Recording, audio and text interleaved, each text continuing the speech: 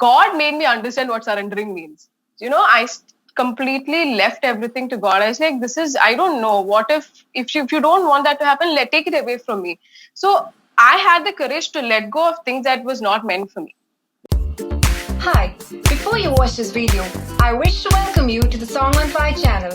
Song on Fire is an authentic Catholic channel with a variety of contents like music, interviews, and lifestyle videos. If you are someone willing to grow in Catholic faith and wish to have an enriching fellowship, then this channel is for you. Please do subscribe and hit on the bell notification for updates. Now enjoy the video. God bless you.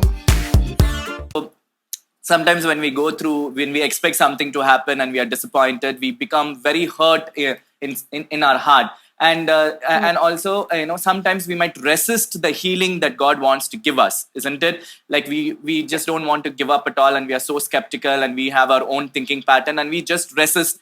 Tell God, give God the timing that I am not healed.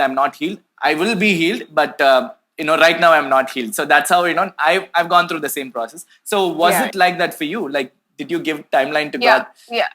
So how it happened was that, so all this drama, okay, I'll call it a drama because it was a drama at that time, but now I wouldn't say it's a drama. So all the drama, the retreat drama, everything happened. And there was a time when I started going through, I started following one more priest on Instagram named Father Jared Cook. And he shared a post on one Sunday morning. Okay, so I woke up and 6 o'clock in the morning, and I'm seeing this post where Mother Mary is holding a hammer and she's about to bang the head of a weird looking creature. And that image is, I'm seeing it for the first time. It was a very scary image for me at that time, because first thing in the morning I'm seeing that. I'm like, what is this picture trying to prove? And I read the caption. It said, every rosary is Satan during an exorcism. He's confessing to Father Gabriel Amorth, who was the chief exorcist of Vatican. And to him, he's confessing, the devil is confessing that every rosary, every Hail Mary is like a blow on my head. I'm like, really? All these years I've been saying rosary, nothing really happened. I mean, I was of the impression that devil did not exist. Okay. And this was something which was really new to me. Something I wasn't even sure, though I have heard like songs saying Mother Mary crushes the head of Satan. But this is something really new to me. I never believed in it. Then I was like, okay, now I have to read more about it. I was left intrigued. I had to know why this happened. So then I started Googling. So Sunday morning I had service. All throughout the church, so during the service, I was thinking about this image. Okay, now what does that mean? What does that mean? I had to immediately get my phone and I had to research why this is happening. Like that, I read a lot of articles in which the devil says each rosary, if the Christians knew how powerful the rosary was, that would be my end. That is the kind of confession devil is making to the exorcist. So if like during the exorcism, whenever the priest say the rosary, the devil can't even react, can't even act up. So then that's his end. He just has to leave. He just have to leave the body of that person. So I was like, okay, there may be something true in it. And I started, I'm not an avid reader at all. I hate reading. If you give me a book, it'll remain in the shelves forever.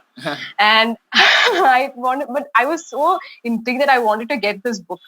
But it was really difficult to find in India because it is from the Vatican. I couldn't find it in India, even in Amazon. But luckily I got a PDF book of this Father Gabriel Amorth named An Exorcist Tells a Story.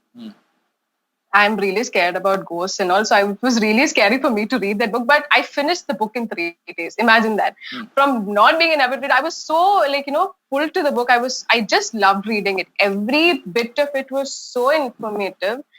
So there was a time when mom used to come and pray, and she understood that I was deviating from God. So she started sprinkling holy water. She started keeping pamphlets of Mother Mary, all these sacred images, miraculous medal, all that inside my room under my bed. And I'm like, what is wrong with her? Is she gone mad? I thought she need to be taken to a psychiatrist. I started thinking like that.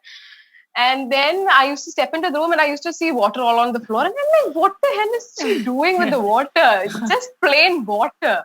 But after reading that book, I was so enlightened that I understood that holy water is not plain water. It is used to ward off devil. The blessed frankincense, the sacramentals, the anointed oil, then the miraculous medal, all these, if you actually believe in it and if you use it, it can actually save you from many dangers. So mom was not aware of all this. She did it because a priest asked her to. So then I sat her down and I was like, Amma, you know what, this holy water, the purpose of holy water is this. She's like, how do you know? You never believed it. How do you know all this? And Amma, you have to seek the intercession of Saint, you know what, Saint Michael the Archangel. Until then, every single day, we used to say the same prayer. I didn't know the purpose of it. I was like, Amma, Saint Michael the Archangel is the most powerful one. And you pray to him, all the devil will go off. I've been saying this all these years. Didn't you know? I said, I'm like, really? And she was shocked because she didn't know that I had transformed that way. And I started believing, and I was explaining everything to her, like the purpose of holy water, the purpose of saying the rosary, how much rosary, how powerful the rosary is. And then she was really shocked and she understood that I'm changing. So that's when mom confessed to me. So in this 3 years time, 2.5, almost 2 years, she asked God to give me a groom. Then she understood that is not happening. So then she asked God, okay, and she understood I was also deviating from the faith. So she asked God, I want you to touch her life in such a way that she come back to the faith and she start believing in you and she understands that there is only one living God. And then she started praying to God like that. And as soon as she started praying, within 3 months was when I saw this person started reading the book and I started explaining things to her. So she was really shocked that actually this happened. I'm transforming in such a way that I have become a firm believer. So whenever we went for counseling, almost all counselors said, your daughter has much stronger faith than you. And she was shocked because she doesn't see me praying. So that was really shocking for me. And she was shocking for her. And she was very, very happy about me. Like, I'm changed. So then we completely stopped actively looking for a groom. We were more focused in our prayer. So God transformed in such a way that we had to just rely on him completely and we shouldn't go for external, materialistic needs or whatever. We should approach him because we want to converse with God. The conversation with God is far more important than asking him, like, God, I want this, you better fulfill it, otherwise I won't talk to you. That mean was the relationship with God. Conversing to have... Yeah. So that way I started, instead of... I used to do the rosary, the prayers, the Divine Mercy Chaplet, Saint Michael. I know it by heart now. All the prayers, I know it by heart. So at that time, after saying the prayer, I have this conversation with God wherein I'll say, God, this is what I want, but only if it is in line with your will, let it happen. Otherwise, just take it away from me. If it is not in line with you, let it not happen. That's when in your one of the testimonies by Anita, she had mentioned that surrendering to God. I really did not understand what it meant. I was like, how can you surrender to God? That was absurdity for me at that time. But God made me understand what surrendering means. I completely left everything to God. I was like, I don't know. What if you don't want that to happen, take it away from me. So I had the courage to let go of things that was not meant for me. Very good. And so that is when the miracle started happening. I started transforming. My faith started growing. And until then, when my mom used to force me to take me to retreats, I started forcing her, come, let's go. So it turned out to be the opposite. Dad was also started, it's so much of drive. We have to go. It's a long way to go. I was like, it's okay. Just come, let's go. It's fine. And we never missed a retreat after that. I was so, I would say, okay, so what happened was after one of the monthly retreats, the first Saturday retreats, we wanted to attend the residential retreat because it is very difficult to get there. Too much of bookings and all that. So at that time, they started counseling sessions. Otherwise, on a daily basis, they started counseling sessions. So like that, we went and met a nun over there. And she's the one who said, I can see a lot of saints beside you. I can see. So I didn't know about Padre Pio, the stigmata. All these were new terms for me. So all the knowledge I got through the book.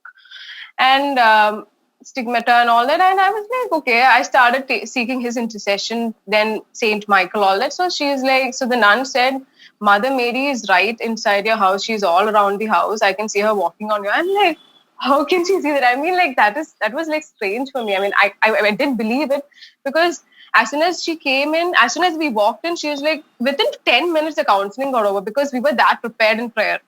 And she said, Divya, in December, so we went to her in October end, and Divya, by December, before Christmas, God is giving you a gift. Be prepared for it. I'll give you a set of prayers. And I'm like, really? So praying is enough, right? So like that, we went to her, and she gave us this list of prayers to say, and it was she asked us to do it for 40 days.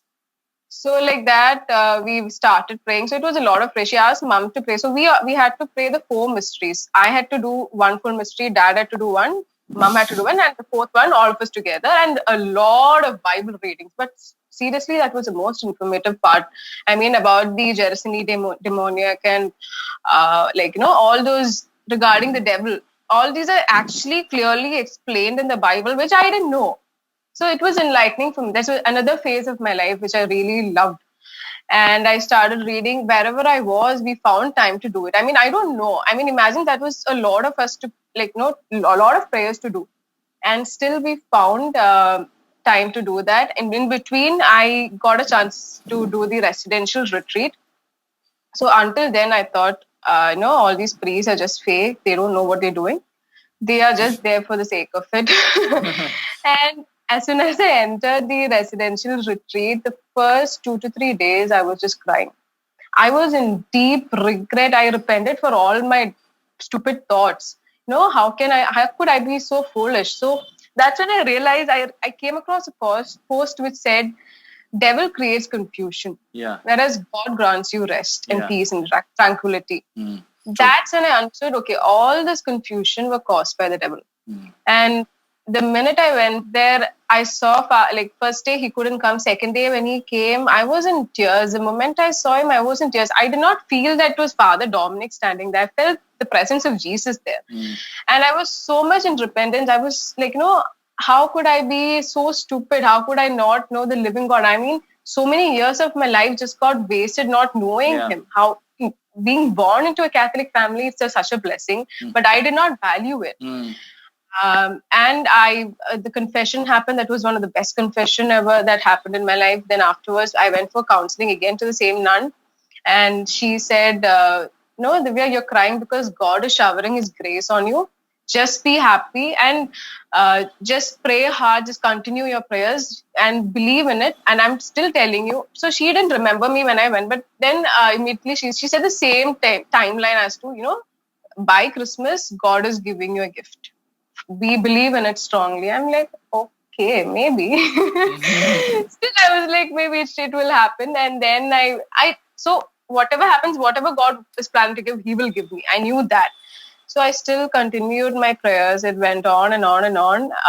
Exactly on the 40th day, my husband came to see me. The groom to be came to see me, and I was like, Mom was also confused. Is this what this nun meant? Is this the guy? Is this the guy? We were too confused. But at that time, we had very few proposals in hand, just 1 or 2. So and this was one of it.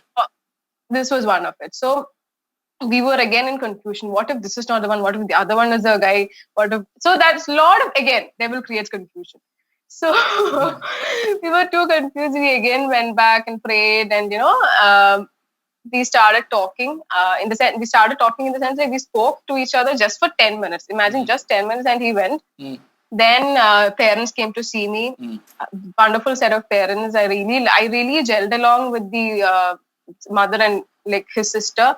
And dad was also a very sweet guy. They took me out, and that was all something new for me. I mean, how can they accept me immediately to their family? So that was something very new. And then on the day of the Christmas, so they asked us to come to their house in Calicut. And then on the day of Christmas, we called each other. I mean, parents called each other, and they're like, I think it's time.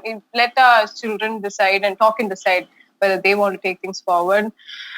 And initially, we had nothing much to talk, but it was I did not feel uncomfortable even a bit. He was very caring.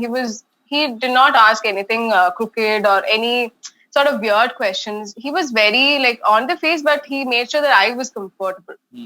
and he always asked me what you want to do. He gave me the space to do. I mean, what do you say? Not that uncomfortable sort of feeling, but he made sure that I was okay, and instead of annoying me, that kind of personality. He was very calm and composed. Talks very less. I'm the one who keeps on talking. So, so like that, it went on, and we visited their house. Everything was fine, and then within a week's time, so that imagine the nun said Christmas you'll get a gift, and we actually got a gift. The entire family, the groom, everything. I mean, 3 years. If God made me wait, it was for the best. I'd say he is still one of the most wonderful person I've ever met. He may not be perfect in others' eyes. Trust me, he's not perfect in others' eyes. But for me, he's a perfect blessing God gave me, because so understanding. He is so supportive of whatever you want to do. He'll never interfere in anything I do. I mean, it's one of the best. I mean, if God made me wait, it is for the best. Yeah, He always gives the best. I told you, right, when we spoke during the call which we had. So a guy like that is the best a girl can get. The guy who gives the girl the freedom and the space and who is understanding is the best guy, because that's what girls need, right? Because they don't want to feel suppressed and stuff like that.